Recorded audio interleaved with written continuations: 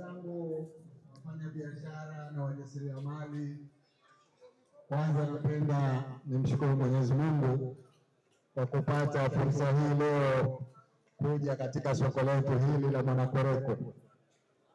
Nimekuja kwa mambo mawili.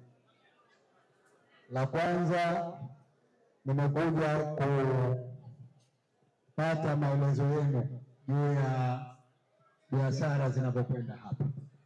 Sasa nimeambiwa huko kwamba kuna mambo matatu, na kwa kweli ndio tuliyoyaahidi. Mwaka 2020 tulipofika katika maeneo haya, soko la zamani lile lilokuweko hapa, wafanyabiashara waliniambia wanataka mambo matatu. La kwanza ni mazingira mazuri ya kufanyia biashara. La pili ni mitaji, wapewe mikopo kwa ajili ya biashara zao. Na la tatu ilikuwa ni kupangiwa kima maalumu kidogo cha kulipia kila mwezi badala ya kulipa siku.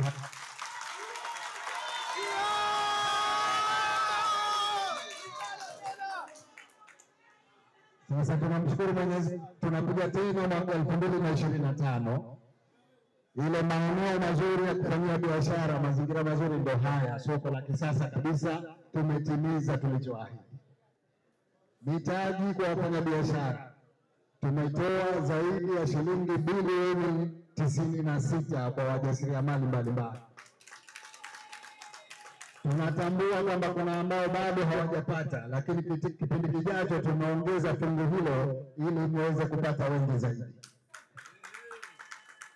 Na hili la tatu la kiwango maalumu kidogo mnachoweza kukimudu cha kulipia, naambiwa sasa hivi hapa kuna tatizo moja, kwamba vibaraza hivi vidogo, wengine mnatumia zaidi ya wawili katika kibaraza kimoja. Lakini ukweli ni kwamba wafanyabiashara ni wengi kuliko soko. Soko letu lishakuwa dogo. Ahadi yetu kwa miaka inayokuja sasa, tukiingia tena kwenye madaraka, tutajenga masoko mazuri mengi. Tutajenga moja Kibanda Maiti, tutajenga Kisauni, tutajenga Fuoni, tutajenga kwa Haji Tumbo, alimradi hapa mjini hapa Mwera kule kwa kuna masoko ya kutosha, ili watu wasilazimike kukaa kwenye vibaraza hivi wawili watatu kibaraza kimoja. Lakini ahadi yetu ni kwamba tutaendelea kuondoa changamoto zinazokukabilini. Kwa hivyo hili ndio la kwanza lilokuja nalo, na naambiwa hapa kibaraza mnatakiwa kulipa shilingi 30,000 pamoja na 10 ya usafi, kwa hivyo jumla 40, au sio? Sasa usafi ni muhimu, tukubali kulipa.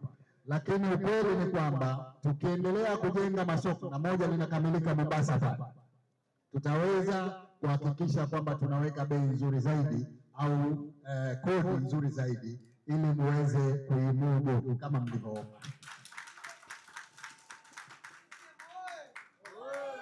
Basi baada ya kusema hayo, sasa la pili nilokuja nalo ni kuomba kura. Umepata tarehe 29 Oktoba, ndugu zangu, kuna uchaguzi, na uchaguzi ni kupiga kura, sio hamasa, kupiga kura. Kwa hivyo kama mnataka tujenge masoko mengine mengi ya kisasa, kama mnataka kukopeshwa mitaji isiyokuwa na riba kama tulivyofanya kipindi hiki, kama mnataka uongozi ambao unaacha alama, na kuombeni mnichague mimi Hussein Ali Mwinyi.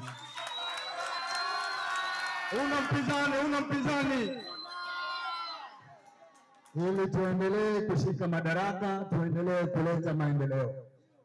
Ninyi ni mashahidi, maeneo yote tuliyoahidi mwaka 2020 tumetekeleza.